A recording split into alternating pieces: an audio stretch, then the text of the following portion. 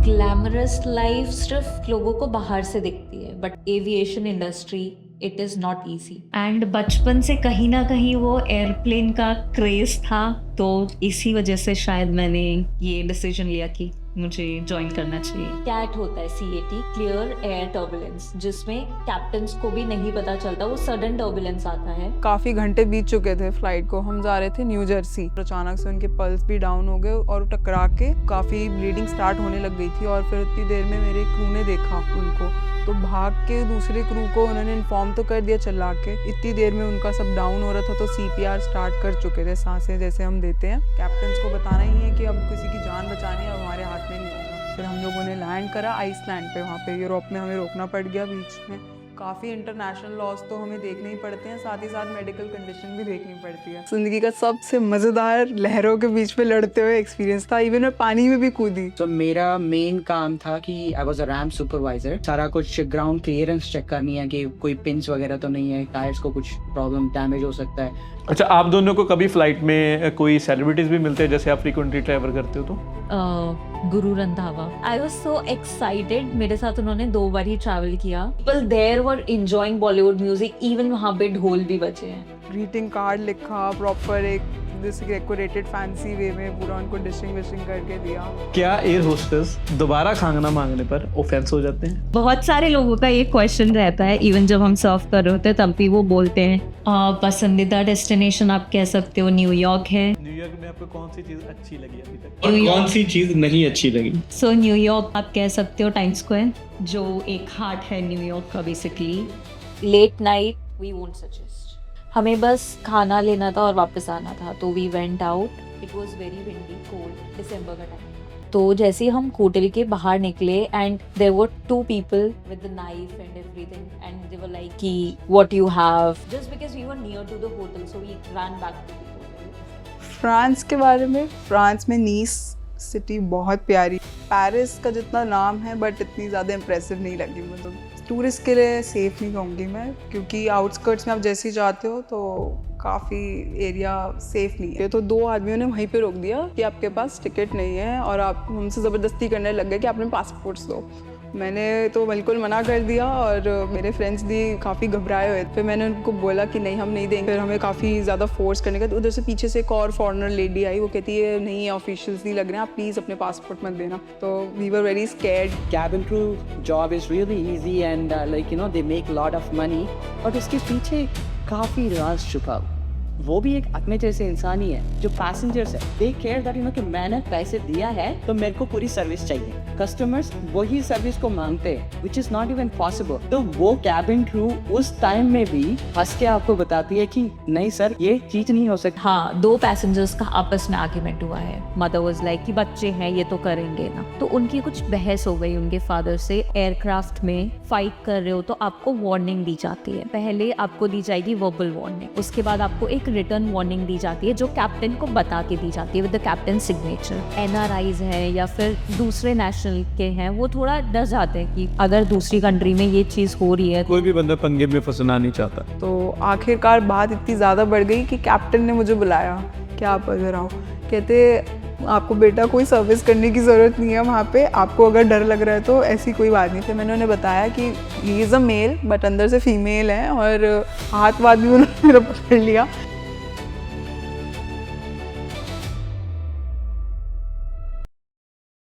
VTV Canada देख रहे सारे दर्शकों को रॉबिन कनौजिया और VTV की सारी टीम की तरफ से ढेर सारी शुभकामनाएं। आज हमारे पॉडकास्ट में एविएशन इंडस्ट्री से शिवी कपूर जी, कंवलप्रीत जी एंड श्रीकांत जी आए हैं। आओ करते हैं इनसे बातचीत। Welcome to the podcast. Thank you. Thank you very much. Thank you. So Shivi ji, आप एविएशन इंडस्ट्री से हैं। हाँ जी। आपने एविएशन इंडस्ट्री कब ज्वाइन की और व्हाट वाज द प्रोसेस? मैंने एविएशन इंडस्ट्री आज के 3.5 years पहले ज्वाइन की थी, और बहुत ही ज़्यादा मैंने संघर्ष किया था। काफ़ी इंटरव्यूज़ के अंदर मैं सिलेक्ट नहीं हो पाई थी, और मैंने एविएशन के अंदर आने के लिए 2019 से ही काफ़ी मैंने इंटरव्यूज़ दिए जिसमें मैं सिलेक्ट नहीं हुई थी। उसके बाद अब 3 साल पहले जो मैं मोटा मोटा बता रही हूँ, तब जाके मेरा सिलेक्शन हुआ फाइनली, और काफ़ी मैं खुश हूँ अपनी जॉब से। And how about Kanwal? मुझे इस इंडस्ट्री में हो गए अप्रॉक्सीमेटली 5 साल, 5 5.5 साल. तो this is my second company. And बचपन से कहीं ना कहीं वो एयरप्लेन का क्रेज़ था, तो इसी वजह से शायद मैंने ये डिसीजन लिया कि मुझे ज्वाइन करना चाहिए. And how about श्रीका? मेरा एक्सपीरियंस तो बहुत अच्छा रहा, लेकिन मेरा फर्स्ट लाइफ करियर स्टार्ट हुआ एविएशन इंडस्ट्री से. सो मैंने फर्स्ट जॉब स्टार्ट की थी 2012. फर्स्ट जॉब 6,000 रुपीज़ की पे थी, तब मैंने स्टार्ट किया था. It was really good experience. So वो एक्सपीरियंस में है कि आप कस्टमर सर्विस लर्न करते हो, एक हॉस्पिटैलिटी लर्न करते हो, और काफ़ी मल्टीकल्चरल लोगों को मिलते हो. डिफरेंट कंट्रीज से बंदों को डिफरेंट एक्सपीरियंस मिल जाती है. Well, I was first job is in airport. So मेरा एक्सपीरियंस तो बहुत सही. सो कंवलप्रीत जी, मेरा एक और क्वेश्चन है आपके साथ.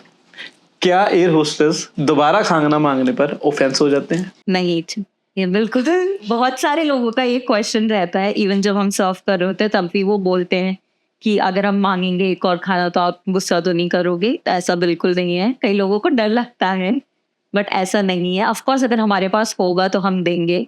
इवन कई बार हम हमारा खाना भी दे देते हैं. तो ऐसा नहीं है कि हम खाना नहीं देते. ये बहुत गलत वो कर रखा है कुछ लोगों ने. आपकी जॉब ड्यूटीज क्या होती है?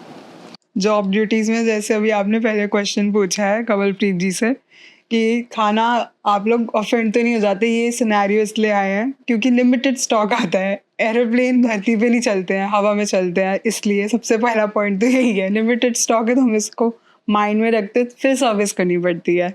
सबको पहले खाना मिल जाए, देन एक्स्ट्रा होगा तब हम सर्व कर सकते हैं.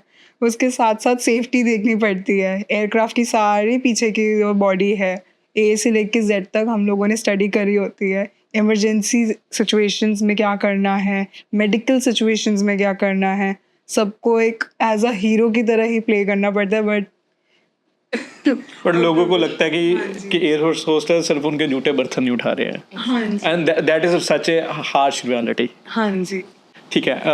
कवल, मैं आपसे एक बात पूछूंगा. जब आप ट्रैवल करते हो तो ड्यूरिंग ट्रैवल आपको बहुत सारी कंट्रीज में, बहुत सारी डिफरेंट सिटीज में जाना पड़ता है. आप हमारे ऑडियंस को वो एक्सपीरियंस शेयर कर सकते हो? आप कौन सी कंट्री में जाकर आए हैं और आपका कैसा एक्सपीरियंस रहा?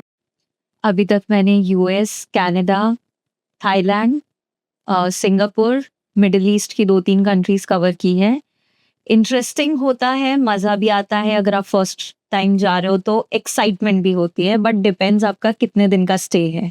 क्योंकि आप लॉन्ग फ्लाइट्स करने के बाद थोड़े थक भी जाते हैं, नींद भी आती है. तो डिपेंड्स, क्योंकि आप पूरी सिटी एक बार में कवर नहीं कर पाते. तो थोड़ा घूमने में, अलग अलग लोगों से मिलने में, फ्लाइट पे पता चलता है अगर हम फर्स्ट टाइम जा रहे हैं तो कितने पैसेंजर्स होते हैं वो आपको बताते हैं कि आप इस जगह ज़रूर जाना. तो हम लोग फिर उनसे बात करते हैं, पता करते हैं अगर फर्स्ट टाइम जा रहे हैं तो कितना क्रू सेट होता है वो बताता है कि अरे ये जगह अच्छी, आप यहाँ पे ज़रूर जाना. कई लोग साथ में जाते हैं, सब हेल्प करते हैं, ऐसा नहीं है. वो भी साथ में जाते हैं, मज़ा आता है सबके साथ जाना. आपका पसंदीदा डेस्टिनेशन कौन सा है? पसंदीदा डेस्टिनेशन आप कह सकते हो न्यूयॉर्क है, SFO है. न्यूयॉर्क में आपको कौन सी चीज़ अच्छी लगी अभी तक? आई गेस और न्यूयॉर्क. कौन सी चीज नहीं अच्छी लगी? ओके, सो न्यूयॉर्क में अच्छा आप कह सकते हो टाइम स्क्वायर, जो एक हार्ट है न्यूयॉर्क का बेसिकली. एंड अच्छी नहीं लगी वहाँ की स्ट्रीट्स पे. If you are walking on the streets late night तो it's not safe. It's not a safe. It's not safe. क्या आपने कोई एक्सपीरियंस किया है वहाँ पर ऐसा जिससे आपको लगा हो कि you are not safe in the still New York? If you are walking late night, हम ग्रुप्स में जाते थे, 3-4 लोगों के ग्रुप्स में आप वॉक करते हो तो कभी कभी ऐसा फील होता है may be someone is following you. तो हमारे होटल से तो टाइम स्क्वायर इतना दूर नहीं है तो उतना फील नहीं होता. बट और एक न्यूयॉर्क सिटी की एक वाइब है, उनकी एक स्मेल है. When you go in the New York, it's like a very weird kind of smell. yes, it's there. Every street you will get that smell. Every street. Okay, how about yours experience? मैं भी काफ़ी सारी countries घूम चुकी हूँ. USA, Canada, Slovakia, Spain, Monaco, France, Philippines, Singapore. France के बारे में बता सकते हो आपका एक्सपीरियंस? फ्रांस के बारे में, फ्रांस में नीस सिटी बहुत प्यारी है. पेरिस का जितना नाम है बट इतनी ज़्यादा इम्प्रेसिव नहीं लगी मुझे। नीस बहुत प्यारा है, फ्रेंच रिविरा बहुत प्यारा है, घूमने वाली जगह है, कांस चले जाओ आप, once in a lifetime you have to go over there. ठीक है। और जब आप पेरिस में कभी गए हो जी, तो आपका एक्सपीरियंस कैसा रहा पेरिस का? पेरिस में काफ़ी ज़्यादा कमर्शियल है, नेचुरल टच बिल्कुल नहीं मिलेगा आपको, और टूरिस्ट के लिए सेफ़ नहीं कहूँगी मैं, क्योंकि आउटस्कर्ट्स में आप जैसे ही जाते हो तो काफ़ी एरिया सेफ़ नहीं है। पेरिस आपको सेफ नहीं लगा? हाँ जी, मुझे सेफ नहीं लगा। मैं आपको एक स्टोरी सुनाती हूँ। मैं जब स्लोवाकिया गई थी तो मेरे फ्रेंड्स के साथ बस में शाम को टिकट लेना था। तो जैसे ही आप एंटर करते हो, आप टिकट उसके अंदर मशीन से लेके डाल के चेकआउट करते हो, ऐसे इंसर्ट करके। तो 2 आदमियों ने वहीं पे रोक दिया कि आपके पास टिकट नहीं है, और आप हमसे ज़बरदस्ती करने लग गए कि अपने पासपोर्ट्स दो। मैंने तो बिल्कुल मना कर दिया, और मेरे फ्रेंड्स भी काफ़ी घबराए हुए थे, क्योंकि वो उन लोगों के साथ बिल्कुल कर नहीं पा रहे थे हैंडल। फिर मैंने उनको बोला कि नहीं, हम नहीं देंगे, हम इंसर्ट कर रहे थे, आप मना कर रहे हो और आप कह रहे हो पासपोर्ट्स अपने दो। तो उसके बाद उन्होंने फिर हमें काफ़ी ज़्यादा फोर्स करने का, तो उधर से पीछे से एक और फॉरेनर लेडी आई, वो कहती है नहीं, ये ऑफिशियल्स नहीं लग रहे हैं, आप प्लीज़ अपने पासपोर्ट मत देना। फिर नेक्स्ट स्टॉप पे उतर गए, कुछ लोगों को भी उनके साथ उतर गए डर के मारे, बट हम लोग बैठे रहे, उन्होंने हमें इशारा कर रहे आओ आओ। तो वी वर वेरी स्कैर्ड कि अब तो नाइफ वाइफ दिखा के कुछ तो हो जाएगा। पर हमने पासपोर्ट्स नहीं दिया। आप अपने पासपोर्ट्स कभी मत दो किसी को भी। श्रीकांत, आपकी कोई स्टोरी? सो मेरा एक्सपीरियंस पूरा ग्राउंड स्टाफ के लेवल में है। जैसे कि फ्लाइट लैंड होती है, उसके बाद फ्लाइट जैसे ये लोग आ जाते हैं, फ्लाइट लैंड होने के बाद फिर हमारे पास कई टाइम होता है। वो टाइम के अंदर हमको फ्लाइट को वापस भेजना होता है। So we used to have only 45 minutes. वो 45 मिनट्स के अंदर अंदर हमको फ्लाइट को वापस भेजना होता है। सो मेरा मेन काम था कि I was a RAM supervisor. So first जब फ्लाइट आएगी, मार्शलिंग करनी है, फिर फ्लाइट मार्शलिंग करके फिर उससे आने से पहले भी हमको है ना कि सारा कुछ ग्राउंड क्लियरेंस चेक करनी है कि कोई पिंस वगैरह तो नहीं है, टायर्स को कुछ प्रॉब्लम डैमेज हो सकता है, काफ़ी सारी चीज़ें हमको, फ्यूल्स चेक करना है, फ्यूल का सारा बैगेजेस एंड रैम के जो जितने भी होते हैं वो एक्सपीरियंस है मेरा। Like it is really good and feels like ऐसा फील होता है कि आप फ्लाइट को चला रहे हो, because when you are marshalling the flight, like when it's comes in front of you, that it feels कि यार हम एक फ्लाइट को एडवाइस करें कि भाई यहाँ पे आके खड़े हो जाए। So that's a kind of a really good experience I can say. But yeah मैं काफ़ी कंट्रीज घूम चुका हूँ, but not as a cabin crew. But yeah ऐसे तो मैं काफ़ी कंट्रीज में एक्सपीरियंस ले हुआ। अच्छा कवल, इन जनरली कैबिन क्रू की लाइफ कैसी होती है? क्योंकि बहुत सारे लोगों को लगता है कि this is very glamorous life, ये घूमते हैं, ट्रैवल करते हैं, but what is the harsh reality of cabin crew's life? Glamorous life सिर्फ लोगों को बाहर से दिखती है, but actually when you enter aviation industry it is not easy.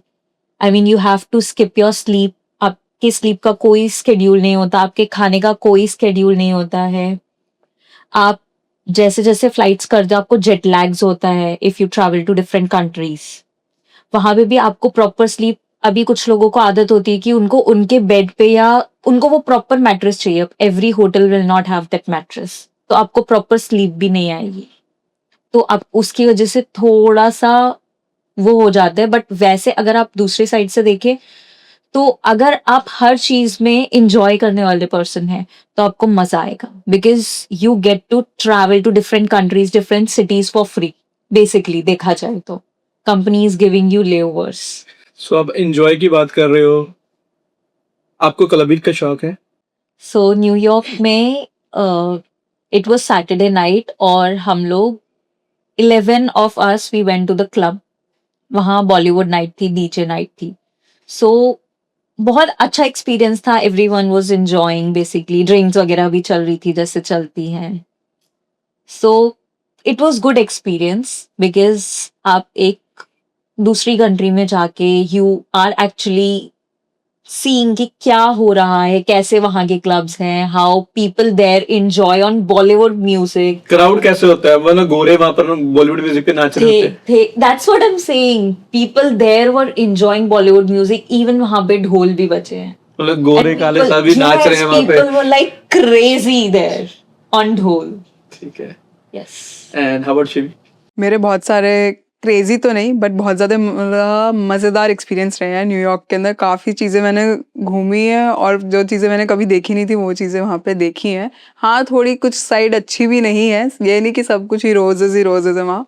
But मेरा सबसे बेस्ट एक्सपीरियंस मेरी लाइफ का अब तक रहा है कि मैं जब न्यूयॉर्क से एक फेरी चलती है जो कि न्यू जर्सी जाती है, वहाँ पे होबोकन रुकती है और वहाँ पे एक पियर है। वहाँ पे जाके मैंने जेट स्की के लिए अप्लाई करा और मेरे को कि जेट स्की चलाना है। और एक डैड और सन का था पेयर, बड़े बड़े थे काफ़ी मुझसे तो उम्र में, और वो लोग भी थे, फॉरेनर्स थे। उनके साथ मैंने जेट स्की चलाई न्यू जर्सी से लेके मैनहट्टन, स्टैचू ऑफ लिबर्टी और पूरा मैनहट्टन ब्रिज था और ब्रुकलिन ब्रिज था, सारा कवर करते हुए मेरा ज़िंदगी का सबसे मज़ेदार लहरों के बीच में लड़ते हुए एक्सपीरियंस था। इवन मैं पानी में भी कूदी स्टैचू ऑफ लिबर्टी के सामने और मुझे बहुत मज़ा आया वहाँ पे। और सच में ड्रीम जिसे कहते हैं ना, मैजिकल सिटी है। मुझे अच्छा लगा, बड़ा मज़ा आया मुझे तो। हाँ जी। कि जैसे आपने बहुत सारी डिफरेंट डिफरेंट कंट्रीज में आपने ट्रैवल किया हुआ है, तो कई बार आपको रिपीटेड ट्रैवलर भी मिलते हैं, कभी ऐसा हुआ जिंदगी में? डोमेस्टिक में मिलते हैं मुंबई जैसी फ्लाइटों में कभी कभार ऐसा हो जाता है कि मेरे को याद रहता है कि ये मेरी फ्लाइट में थे, और ऐसा हुआ है मेरे साथ। इंटरनेशनल में भी हुआ है। मैं जैसे अभी अगर मैं वैंकूवर में हूँ तो जाती दफ़ा मुझे सेम फ्लाइट में मिल जाएंगे कुछ ऐसे गेस्ट थे। जैसे कई बार क्या होता है कि फ्लाइट्स में बहुत सारे जो ट्रैवलर होते हैं बहुत कुछ क्रिंज हरकतें करनी शुरू कर देते हैं, रिपीटेडली बार बार जानबूझ के एयर होस्टेस को परेशान करते हैं, कभी बेल बजा देना खाने के लिए, कभी पानी के लिए। तो आप लोग कैसे डील करते हो उस सिचुएशन में? गुस्सा आता है, ऑफ कोर्स फ्रस्ट्रेट हो जाते हैं हम भी, बिकॉज़ आप एक बार जाओगे, 2 बार ही जाओगे, सेम चीज़ बोल के आओगे, बट उनको कभी-कभी होता है कुछ-कुछ लोगों को, तो ठीक है, थोड़ा-सा गुस्सा गैली में निकाल के फिर जाते हैं हम स्माइल करते हुए दिखता है वो थोड़ी फेक स्माइल है, but we manage that way. जैसे फ्लाइट होती है 8-10 घंटे की फ्लाइट होती है, ठीक है, उसमें आपने 2 बार 3 बार खाना देना होता है, ड्रिंक्स देने होते हैं, और जब बीच में फ्री टाइम होता है, उस फ्री टाइम में आपकी आपस में कैबिन क्रू की क्या बातें होती हैं? तब ज़्यादातर तो पर्सनल टॉक्स ही होती है। किसी के घर में क्या चल रहा है, किसी को कौन सी फ्लाइट नहीं मिल रही है, किसको किसी की कहाँ शादी हो गई है तो किसकी सास कैसी है, कल किसकी क्या खाना बनाया, कैसे मैनेज हाँ किया, जी ये सब। अगर बेस कुछ पे क्या हो रहा है, डेस्टिनेशन है कंपनी पे तो क्या अपडेट है, यही सब होता है। मतलब इतनी डेस्टिनेशन इतनी है। उतनी ऊँची फ्लाइट में भी आप लोगों के साथ वो वाले सीरियली डिस्कस कर रहे हैं। बिकॉज़ ये हमारा रेगुलर ऑफिस वही है सर। ठीक है। एंड श्रीकांत, आप अपना एक्सपीरियंस बताओ कुछ फ्लाइट का। सो मैं जब भी जाता हूँ तो मैं काफ़ी मैं बैठता ही हूँ। I don't like to sit and watch movies and stuff. मैं जितने भी लोग होते हैं वहाँ पे आस-पास में, या कैबिन क्रूज़ है या कहीं पे भी, वहाँ पे उनके साथ मैं चिट-चैट करता रहता हूँ। तो वहाँ पे भी मैं काफ़ी फ्रेंड्स को बनाया। आज भी मेरे सर्कल में बहुत सारे फ्रेंड्स बने। उनके साथ जो एक्सपीरियंस जो शेयर होती है, कैबिन क्रूज़ के साथ भी काफ़ी एक्सपीरियंस शेयर होती है कि जैसे कि they frustrate of couple of things कि जो कस्टमर बारी-बारी रिपीट सेम क्वेश्चंस करता है, आइदर एक्स्ट्रा ड्रिंक्स माँगता है, तो वो लोग कैसे फ्रस्ट्रेटेड होते हैं। और वो भी एक इंसान है, राइट? सो उनका भी फ्रस्ट्रेशन है, लेकिन वो चीज़ें हैं ना कि वो काफ़ी चीज़ें बातें होती है वहाँ पे। वो एक्सप्लेन करते हैं कि हाउ दे फील एंड मेरे को काफ़ी एन्जॉयमेंट फ़ील होती है कि जब उनके साथ बैठ के ये सब चीज़ें बातें सुनता हूँ, देन आई फ़ील लाइक यार this is not the job, like हम सोचते हैं कि यार cabin crew job is really easy and they make a lot of money, but उसके पीछे काफी राज छुपा हुआ है। उस राज के पीछे है ना कि दुख है। Of course they make money, but उसके पीछे काफी दुख भी है। वो लोग हर टाइम टाइम मैनेजमेंट, हम 1 दिन 2 दिन डिफरेंट टाइमिंग पे सो जाते हैं तो हमारा पेट का हिसाब किताब चेंज होता है। So think about this cabin cruise, they travel every day, different different country में लैंड होते हैं, डिफरेंट डिफरेंट टाइमिंग जोन में उठ जाते हैं, और उनको जेट लैग की इशू नहीं होती है। वो भी एक अपने जैसे इंसान ही है, बट अपने काफी कस्टमर्स जो है, जो पैसेंजर्स है, दे केयर दैट कि मैंने पैसे दिया है तो मेरे को पूरी सर्विस चाहिए। बट आई फील दैट कि यार ये ऐसा नहीं होना चाहिए, कि है ना कि हम भी एक, हाँ आई नो ऑफ कोर्स आप पैसे पे कर रहे हो, दैट डजंट मीन अब जो सर्विस है ही नहीं है, कस्टमर्स वही सर्विस को मांगते हैं, which is not even possible. तो वो कैबिन क्रू उस टाइम में भी हंस के आपको बताती है कि नहीं सर, ये हम आपके लिए ये चीज़ नहीं हो सकती, आपको इंस्टेड ऑफ ये आपको और कुछ देंगे। अच्छा कमल, मुझे आपसे एक चीज़ जाननी है कि जब टर्बुलेंस होती है, मेजोरिटी ऑफ द पैसेंजर वो तो भगवान को याद कर रहे होते हैं, तो आप किसे याद करते हो उस टाइम? हम भी भगवान को ही याद करते हैं, बिकॉज बहुत बार ऐसा होता है, इवन हुआ है, अभी लास्ट फ्लाइट पे भी हुआ है। नॉर्मली हम कैबिन में वॉक कर रहे थे और एकदम बहुत टर्बुलेंस हुआ, तो हमें जो आसपास सीट या जो भी दिखता है हम खुद पकड़ते हैं और हमें लगता है कि बस कुछ ना हो, ये नॉर्मल हो जाए। आपने कोई चीज़ एक्सपीरियंस की है ऐसे कि जिस जब लगे कि अब लाइफ थ्रेटनिंग हुई है टर्बुलेंस? कैट होता है, CAT, क्लियर एयर टर्बुलेंस, जिसमें कैप्टन्स को भी नहीं पता चलता, वो सडन टर्बुलेंस आता है। एंड ऐसा हुआ है, हम लोग गैली में सिर्फ अपनी कार सेटअप कर रहे थे और बहुत गंदा वाला टर्बुलेंस हुआ, बहुत गंदा वाला। पैसेंजर्स के थोड़ी बहुत लगी, क्योंकि एकदम सडन किसी को नहीं पता था कि टर्बुलेंस होने वाला है। So no seat belt signs on, captain की तरफ से नो इन्फॉर्मेशन, तो वी वर नॉर्मल, जैसे नॉर्मल काम कर रहे थे। सडन टर्बुलेंस हुआ तो हम लोग भी डर गए और एक क्रू को भी थोड़ी सी चोट आई थी पैर में, बट ठीक था। भगवान बट ने डर, बचा लिया। एग्जैक्टली, बट डर लगता है। शिवी, आपका कोई एक्सपीरियंस रहा है कि किसी समय आपको इमरजेंसी लैंडिंग करनी पड़ी हो फ्लाइट में? हाँ जी, एक बारी हुआ था। एक काफ़ी एल्डरली लेडी थी, वो हमारे साथ ट्रैवल कर रही थी और काफ़ी घंटे बीत चुके थे फ़्लाइट को। हम जा रहे थे न्यू जर्सी, दिल्ली से, और उसके अंदर फिर जब उनकी साँसें रुकी और वो खड़े हुए थे लैबोरेटरी के अंदर जाने के लिए, तभी उनकी साँसें रुकी और अचानक से उनके पल्स भी डाउन हो गए और वो टकरा के लैबोरेटरी के गेट से हल्का-सा, वो लोहा का एक साइड में पाइपलाइनिंग होती है लैबोरेटरी की, वो लगी उनको, हल्का-हल्का खून निकला और काफ़ी ब्लीडिंग स्टार्ट होने लग गई थी। और फिर उतनी देर में मेरे क्रू ने देखा उनको, तो भाग के दूसरे क्रू को उन्होंने इन्फॉर्म तो कर दिया चिल्ला के। इतनी देर में उनका सब डाउन हो रहा था, तो CPR स्टार्ट कर चुके थे, सांसें जैसे हम देते हैं, और उतनी देर में दूसरे में ऑक्सीजन। फिर एक और हमारे सीनियर सर भी आए। इतनी देर में हमारा फिर अभी सारा काम आता है। पैसेंजर्स काफ़ी घबरा गए कि क्या चल रहा है, क्या हो रहा है, और फिर इमरजेंसी डिसेंट करना पड़ रहा था, क्योंकि कैप्टन्स को बताना ही है कि अब किसी की जान बचानी है, अब हमारे हाथ में नहीं होगा। फिर हम लोगों ने लैंड करा आइसलैंड पे, वहाँ पे यूरोप में हमें रोकना पड़ गया बीच में। तभी फिर अब जब लैंड कर रहे हैं तो काफ़ी फ़ॉर्मेलिटीज़ बढ़ जाती हैं कि कहाँ पे, अब इनका हमारे पास किसी की डॉक्यूमेंटेशन नहीं है, स्केड्यूल्ड प्लान लैंडिंग नहीं है, ये जो को हमें वहाँ पे दिखाना है उनका क्या सिस्टम है, कौन से डॉक्यूमेंट्स पे आए हैं। काफ़ी इंटरनेशनल लॉज तो हमें देखने ही पड़ते हैं, साथ ही साथ मेडिकल कंडीशन भी देखनी पड़ती है। कभी भी एयरक्राफ्ट को, अगर कमर्शियल एयरक्राफ्ट को पैसेंजर्स के साथ उड़ना पड़ता है तो वो उसी जगह से उड़ाएंगे जहाँ पे एयरपोर्ट होते हैं। कभी भी ऑन प्लेन वाटर नहीं लेगा ज़्यादातर केसेस में, टिल एंड अनलेस कोई एक्सट्रीम सिचुएशन हो, पहली बात। दूसरी बात ये कि अब वो एयरपोर्ट से करेंगे तो जल्द से ही कुछ होएगा तो हम इमरजेंसी सिचुएशन पे अपना जितने भी हैं परमिशन लेके इंटरनेशनल लॉज के हिसाब से वहाँ पे लैंड करा देंगे। एज़ पर मेडिकल सिचुएशन काफ़ी थी, अब किसी की जान चली जाती, बट अब वो आंटीज़ अभी भी सेफ़ हैं, और जिसने जान बचाई और पूरे क्रू टीम को, मेरे को भी इवन, सबको अवार्ड भी मिला। और अब आंटी खुश है, उनकी फैमिली भी खुश है। स्पेशली मैं है ना कि मैं ट्रैवलर हूँ, बहुत ज़्यादा ट्रैवल कर चुका हूँ।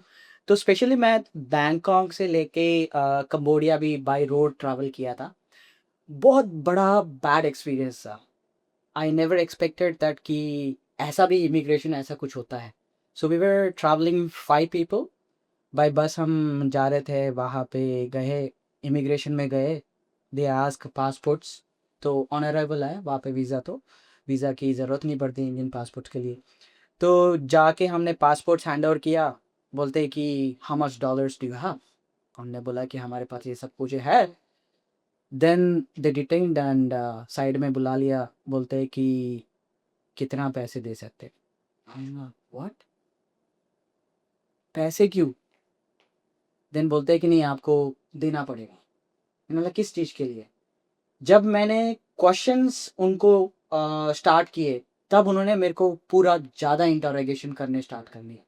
देन आई सेड लाइक मेरे पास इतने पैसे ही है। क्या जेल जूल में लेके थे आपको? नहीं, जेल में तो नहीं लेके गए फॉर श्योर, बट डिटेन किया था उन्होंने, साइड में लेके गए और एयरपोर्ट पे या फिर- एयरपोर्ट पे साइड में लेके गए, बट अननेसेसरली किसी को साइड में लेके जाना भी it's a kind of a scary thing, right? और मैं और दूसरी कंट्री में दूसरी especially। कंट्री में स्पेशली, एंड वहाँ पे, और मैं 5 लोगों के साथ गया था, दूसरे 5 लोग भी सारे डरे हुए थे क्योंकि उन लोगों को सबको अलग अलग जगह पे अलग अलग रूम में जाके इनको डिटेन करके चेक कर रहे थे कि व्हाट्स हैपनिंग। वो उनको कुछ पता नहीं था बेचारों को, क्योंकि I was the only person उनको सबको लेके गया था। सो सारा इंफॉर्मेशन मेरे पास था, and they were asking money. अच्छा कवल, आप लोगों का कोई एक्सपीरियंस है जहाँ पर आपको कहीं किसी ने ब्राइब के लिए बोला हो?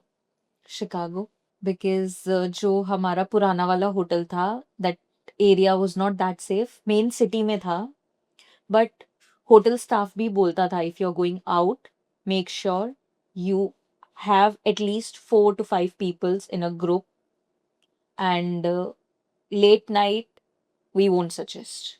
ये क्लियर वर्डिंग्स होती थी होटल स्टाफ की। So we went out around 4 I guess. हमें बस खाना लेना था और वापस आना था, तो we went out. It was very windy, cold, December का टाइम था। तो जैसे ही हम होटल के बाहर निकले एंड जस्ट वो ब्लॉक क्रॉस किया था हमने, there were 2 people with the knife and everything, and they were like ki what you have, just give it to us, just because we were near to the hotel, so we ran back to the hotel. To save your life। अच्छा, आप दोनों को कभी flight में कोई celebrities भी मिलते हैं जैसे आप फ्रीक्वेंटली ट्रैवल करते हो तो? मिलते हैं मुझे गुरु रंधावा 2 बारी मिले थे, and he is very good. जब वो ट्रैवल कर रहे थे, ही वाज वेरी टायर्ड, तो पूरी फ्लाइट वो ऑलमोस्ट सोते हुए गए थे। ऐसा नहीं होता कि आपने गुरु रंधावा देखा होगा, गुरु रंधावा और मैं इनसे picture of course I was so excited. मेरे साथ उन्होंने 2 बार ही ट्रैवल किया, सो आई वाज सो एक्साइटेड कि ओह ही इज देयर, मैं पिक्चर क्लिक करवाऊंगी। फिर बाकी क्रू को पता चलता है, अरे हमें भी बताना, हमें भी बताना, तो पूरे कैबिन में बात फैल जाती है, तो सबको पिक्चर्स क्लिक करवानी होती है। बट वही चीज है, ही वाज वेरी टायर्ड, और वो ऑलमोस्ट पूरी फ्लाइट पे सोते हुए गए थे, पूरी फ्लाइट पे, तो हमें लग रहा था। मेरी स्टोरी के अंदर मैं नीरज चोपड़ा जी से मिली, और मैं उनसे 2 बारी मिली हुई हूँ, पर मेरा करियर, ओलंपिक में गोल्ड मेडल जीता। हाँ जी, बिल्कुल जैवलिन प्लेयर हैं। और जब वो फर्स्ट टाइम विन करके आए थे गोल्ड टोक्यो ओलंपिक्स में, तब मेरे को वो ताज होटल में, मैं काम करती थी ताज पैलेस न्यू दिल्ली के अंदर, और वहाँ पे मैं फ्रंट ऑफिस में थी, और तब उन्हें कोई नहीं जानता था। जब वो विन करके आए तब था, सब होटलों के अंदर भी कंपटीशन होता है कि ये कौन रुकेगा और ये कैसे आएंगे हमारे होटल में। तो हमारे होटल में हमारे पीआर बड़े अच्छे थे, उन्होंने मैनेज कर लिया था और फिर आए थे। तब से उनका काफ़ी नाम भी हो गया, और मैंने ही वेलकम किया था। तो फिर मुझे याद था कि नीरज चोपड़ा जी हैं। फिर जब मैं एयर होस्टेस बन गई तो वो न्यूयॉर्क जा रहे थे, और फिर अपना कोई पर्सनल आईसीएस लेजर के लिए ही जा रहे थे। मैंने इतना ज़्यादा पूछना ठीक नहीं समझा। फिर जब मुझे मिले तो मैंने ऑफ कोर्स फ़ोटो क्लिक करी, ग्रीटिंग कार्ड लिखा, प्रॉपर एक जैसे डेकोरेटेड फैंसी वे में पूरा उनको डिशिंग विशिंग करके दिया। ही वॉज वेरी हैप्पी, और उनको मैंने बताया भी, इफ़ यू रिमेंबर, कह रहे थे कि हाँ मुझे थोड़ा थोड़ा तो याद है। आपके साथ ड्यूरिंग फ्लाइट में किसी पैसेंजर के साथ कोई आर्गुमेंट हुआ हो? हाँ, 2 पैसेंजर्स का आपस में आर्ग्यूमेंट हुआ है। तो सीन ये था, आगे वाली रोज पे एक लड़का और लड़की में भी, भाई बहन या जो भी साथ में ट्रैवल कर रहे थे, वो लोग बैठे थे, और पीछे वाली सीट पे 2 बच्चे और उनकी मम्मी बैठी थी। तो ऑफ कोर्स सी बात है, अगर लॉन्ग फ्लाइट होगी तो पैसेंजर सोचेगा कि मुझे थोड़ी देर सो जाऊं मैं, या जो भी है। तो वो बच्चे कंटिन्यूअसली किक कर रहे थे उनकी सीट्स पे। तो कोई आपको पीछे से डिस्टर्ब करेगा तो आप सो नहीं सकते हो सीट पे, राइट? तो एक बारी उन्होंने हमें बोला, हमने उन्हें बोला कि आप बच्चों की सीट चेंज कर दो, तो मदर वाज लाइक कि बच्चे हैं, ये तो करेंगे ना। तो थोड़ा सा पेरेंट्स को भी समझना चाहिए कि आप एक क्लोज्ड एरिया में हो, आप कुछ नहीं कर सकते, तो आप थोड़ा सा बच्चों पे कंट्रोल करो। हमने उनको समझाया, हमने ये बोला हम आपकी सीट चेंज कर देंगे, तो वो रेडी नहीं थे कि नहीं हमारी ये सीट है, हम यहीं बैठे। हमने कहा ठीक है। उसके थोड़ी देर बाद वापस से उस पैसेंजर ने बोला कि मैम प्लीज़ आप अपने बच्चों को संभाल लो, हमें डिस्टर्ब हो रहा है, हमें सोना है, सर दर्द हो रहा है, जो भी है। उन्होंने नहीं समझा। साइड में आई गेस उन बच्चों के फादर भी बैठे हुए थे, तो उनकी कुछ बहस हो गई उनके फादर से, और कुछ लड़ाई हाथापाई हो गई थोड़ी सी। तो हमें बाद में पता चला, बिकॉज हम लोग गैली में थे। तो बाद में जब हम लोग आए तो हमने उन्हें फिर, मतलब बेसिकली क्या होता है, अगर आप एयरक्राफ्ट में फाइट कर रहे हो तो आपको वार्निंग दी जाती है। वार्निंग पहले आपको दी जाएगी वर्बल वार्निंग, उसके बाद आपको एक रिटर्न वार्निंग दी जाती है जो कैप्टन को बता के दी जाती है विद द कैप्टन सिग्नेचर। वो दी हमने, और हमने उन्हें इन्फॉर्म कर दिया कि अब लैंडिंग के बाद ऑन बोर्ड सिक्योरिटी आएगी, पुलिस आएगी, वो आप लोगों को लेकर जाएगी। तो तब पैसेंजर थोड़ा सा डर जाता है कि हाँ भाई पुलिस आएगी, क्या होगा। और जो लोग अगर एनआरआईज हैं या फिर दूसरे नेशनल के हैं, वो थोड़ा डर जाते हैं कि अगर दूसरी कंट्री में ये चीज़ हो रही है कोई भी बंदा पंगे में फंसना नहीं चाहता। एग्जैक्टली। ठीक है, एंड शिवी आपके पास कोई स्टोरी है थी? मैं आ रही थी न्यूयॉर्क से दिल्ली, और उसमें एक मेकअप आर्टिस्ट थे, और by all due respect transgender थे। अब उनका कुछ ब्रेकअप हुआ था, वो अपनी स्टोरी मुझे पूरी बता रहे हैं अल्कोहल अपना पीते हुए। का उन्होंने बार बार मुझसे मांगी और मैंने दे दी उनको, थोड़े टाइम के बाद ही, एक साथ तो नहीं दूंगी, काफ़ी सारी, बट उनको काफ़ी ज़्यादा इंटॉक्सिकेटेड हो चुके थे वो। और उसके बाद फिर उनको चाहिए कि अब मुझे पूरी बॉटल ले दो। अब मैंने देनी नहीं, अब उन्होंने बार बार क्या करना, कॉल बेल बजा देनी है, बार बार कॉल बेल प्रेस करेंगे और फिर मैं बार बार जाऊंगी। अब मैं थक हार के काफ़ी परेशान हो गई, तो मैंने बोला अपने सीनियर को, सर आप देखो कैसे करना है। तो उन्होंने जाके बात करी, अब नहीं आएगा उन्होंने बोला। फिर थोड़ी देर बाद आ गई कॉल बेल, फिर मैं गई शांति से, कह रही है मुझे कर दे दूँ, आपको बिल्कुल परेशान नहीं करूँगी, मेरा कोई पर्सनल मैटर नहीं है आपसे। मैंने, मैम आपको मैं नहीं कर सकती, आप समझो प्लीज़। तो आखिरकार बात इतनी ज़्यादा बढ़ गई कि कैप्टन ने मुझे बुलाया कि आप इधर आओ। कहते आपको बेटा कोई सर्विस करने की ज़रूरत नहीं है वहाँ पे, आपको अगर डर लग रहा है तो ऐसी कोई बात नहीं। फिर मैंने उन्हें बताया कि he is a male but अंदर से फीमेल है, और हाथ वाथ भी उन्होंने मेरा पकड़ लिया, but not in a wrong way, ना राइट वे ओनली। फिर उन्होंने बोला अगर आपको कोई घबराहट हो रही है तो आप मुझे बता सकते हो, मैं सर्विस वहाँ से हटा दूंगा बिल्कुल। तो मैंने ठीक है, बट मुझे कोई ऐसा मतलब डर नहीं लगा उनसे, कोई मुझे गलत वाइब नहीं आई। बहुत अच्छी थी वो, बट वो काफ़ी ज़्यादा सेंटिमेंटल थी। बट अब ऐसे बॉटल तो दे नहीं सकते। फिर पीछे फिर वापस आई तो फिर जो सीनियर थे उनसे थोड़ी लड़ाई हो गई, और लड़ाई के अंदर उन्होंने बॉटल ही ले ली का वाली और डाल के चली गई फटाफट पी के। अब इतनी देर में उनके मुंह से तो निकाल नहीं सकते, तो ये काफ़ी सिनेरियो बढ़ गया था, बट तब भी संभाल लिया था क्योंकि वो सो गई थी बाद में। अच्छा शिवी, बहुत सारे लोगों को लगता है कि ये बहुत सारा ग्लैमरस फील्ड है एविएशन इंडस्ट्री में, एयर होस्टेस बनना। इसका स्ट्रगल क्या है? आप कैसे, अगर किसी बच्चे को एयर होस्टेस बनना हो, कैबिन क्रू बनना हो, तो वो प्रोसेस क्या है सारा? मेरा बचपन से सपना था कि मैं एयर होस्टेस बनूं। मेरे घर में कोई एयर होस्टेस नहीं है, मेरे घर में कोई एविएशन में नहीं है, और शायद से अपने ख़ानदान में सबसे पहली मैं ही हूँ, और बहुत प्राउड फील करते हैं। और मैं अभी बहुत थैंकफुल हूँ गॉड की कि मेरे को इतनी अच्छी जॉब में फाइनली मैं सिलेक्ट हो गई। बट जितना ही आसान लगता है बिल्कुल आसान नहीं है, जो दिखता है वो बिल्कुल नहीं है, पीछे की स्टोरी बहुत ही ज़्यादा डिफ़िकल्ट है। मैंने अपनी जर्नी स्टार्ट करी थी 2019 में, मैंने स्कूल पास कर लिया था और मैंने अपने इंटरव्यूज़ देने स्टार्ट कर दिए थे, और एक के बाद एक रिजेक्शन, एक के बाद एक रिजेक्शन, धड़ाधड़ रिजेक्शन। क्योंकि जो कंपटीशन जितना है हमारे कंट्री के अंदर, एमबीए वाले खड़े हैं, दूसरे बाहर की कंट्रीज से आए हुए एक्सपीरियंस वाले खड़े हैं, तो हम तो बेचारे 12th पास हैं। क्राइटेरिया कह देता है कि 12th पास वाले भी आ सकते हैं, बट ऐसा नहीं है। 12th पास वाले आ तो सकते हैं बट सिलेक्शन नहीं होएगा क्योंकि कंपटीशन बड़ा हाई है। तो उसके लिए फिर मैंने स्टार्टिंग करी, काफ़ी कोर्स वोर्स भी किए मैंने। उसके बाद मैंने सबसे पहले अपना फिर वॉलंटियरिंग स्टारबक्स से स्टार्ट करी। स्टारबक्स में मैंने 1 दिन की वॉलंटियरिंग की थी, उसमें मेरे को वॉलंटियरिंग का सर्टिफिकेट मिला उधर से। उसके बाद फिर मैंने एक इंटर्नशिप करी थी रॉस होटल में। फिर मेरी ताज के अंदर सिलेक्शन हो गई, ताज के अंदर मैंने फ्रंट ऑफिस में काम करा 2-3 साल। फिर उसके बाद मैं एयरपोर्ट पे आ गई। फिर एयरपोर्ट पे आने के बाद फिर मैंने एयर होस्टेस का इंटरव्यू दिया, तब जाके मेरा सिलेक्शन हुआ है। पर हाँ, फिर उसके बाद मेरे को भगवान ने बहुत अच्छी फ़्लाइटें दी, मैं सीधा इंटरनेशनल के लिए आई और इंटरनेशनल के लिए सिलेक्ट हुई, क्योंकि मैं डिज़र्व भी करती हूँ और एक्सपीरियंस भी बहुत हो गया बात कर कर के। क्योंकि इतना फॉरेनर्स, कोई किधर के मल्टीनेशनल लोग आते हैं, कोई इधर इतने सारे सीईओ। आपकी पहली इंटरनेशनल फ्लाइट कौन सी थी? मेरी पहली इंटरनेशनल फ़्लाइट टोरंटो थी। तो आपका वो एक्सपीरियंस कैसा रहा?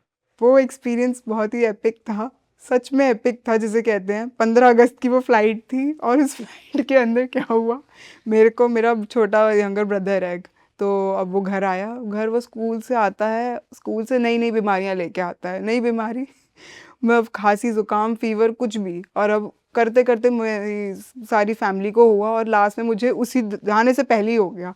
और 15 अगस्त छुट्टी वाले दिन कोई मेडिसिन ना मिले, वो तो शुक्र है मम्मी ने पिछली रात को डोज वोज डॉक्टर से ले आई थी। अब मेरी पहली इंटरनेशनल फ़्लाइट, बड़ा ही मेरे अंदर जोश कि जाना है जाना है। मेरे को बुखार सबसे टॉप लेवल का। अब मैं गई किसी तरीके से, मेरे को एयरक्राफ्ट का कुछ नहीं पता, कुछ नहीं पता से मेरे कहने का मतलब ये नहीं कि कुछ चीज़ पता सब कुछ है, बट एग्जीक्यूट करना, एक्चुअल में पैसेंजर्स बैठना, एक्चुअल में लेके जाना, दैट्स अ डिफरेंट प्रोसेस। तो वो आप जब फर्स्ट डे आप किसी की भी ज्वाइनिंग होती है, वो फील कर सकता है कि मैं क्या कहना चाह रही हूँ। और उसके बाद पैसेंजरों ने मुझे खूब परेशान करा, वेज नॉन वेज ये वो, टॉयलेट या मतलब जो हो सकता था सब कुछ उन्होंने मुझे तंग करा। तो इस सिचुएशन में आप अपने आप को काम कैसे रखते हो? काम मैंने काम तो आप मुझसे पूछो ही मत, मेरी तबीयत ठीक नहीं थी। आप बिलीव नहीं करोगे, मैंने पूरी फ्लाइट में खाने का एक दाना नहीं खाया था, सिर्फ गर्म पानी पी पी के मैंने वो 24 घंटे पूरे निकाले थे। और मैं ऐसे आई थी टोरंटो, और फिर मेरे को, मैं गई बेडरूम में, वहाँ पे मेरे को होटल में रूम देते हैं, मैं बैठी हुई हूँ, मैं कि थोड़ी देर ना रेस्ट करके फिर बाहर जाऊँगी। दवाई मैंने खा रखी है, अभी कुछ खाना नहीं खाया है, मैं बाहर जाऊँगी। मुझसे बैठा ही नहीं जा रहा, अरे मैं फॉरेन कंट्री आई हूँ, मुझे बाहर जाना है। फिर मैं उसके बाद मैं कुछ नहीं, तैयार हुई मैं, मेरी साथ में जो फ्रेंड्स आए थे वो भी, उनकी भी इनिशियल फ़्लाइट्स थी, तो वो भी कहती मुझसे भी बैठा नहीं जा रहा, चलो बाहर चलते। फ़ीवर में बाहर घूम रही हूँ मैं बट वो बहुत अच्छी फ़्लाइट थी। मेरा टोरंटो बहुत खूबसूरत है और बहुत ही मेरा लाइफ टाइम का बेस्ट एक्सपीरियंस है। CN टावर चले जाओ आप, ये एक्वेरियम चले जाओ, लवली। केवल आप अपनी फर्स्ट इंटरनेशनल फ्लाइट के बारे में बता सकते हैं? मेरी फर्स्ट इंटरनेशनल फ्लाइट थी वैंकूवर। जहाँ पर हम बैठे हुए हैं। हाँ जी।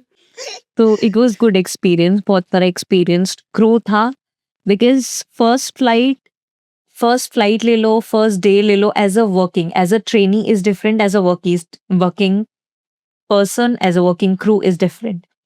तो बहुत सारे सीनियर्स थे, बहुत कुछ सीखने को मिला। स्पेशली एक चीज मैंने सीखी, जो चीज आप थियोरेटिकली पढ़ते हो, प्रैक्टिकली इज टोटली डिफरेंट। तो वो चीज मैंने अपने सीनियर्स से सीखी कि ऐसे ऐसे पैसेंजर कुछ मांग रहा है, आपको पैसेंजर को कैसे घुमाना है। अभी कितने पैसेंजर्स आ जाते हैं फ्लाइट में, एक एक एक एक पैक करके, कितने सारे, उनसे हैंडल नहीं होती। आपके पास कोई स्टोरी है, कोई अंकल आपसे बार बार पैग मांग रहे हो? हाँ जी।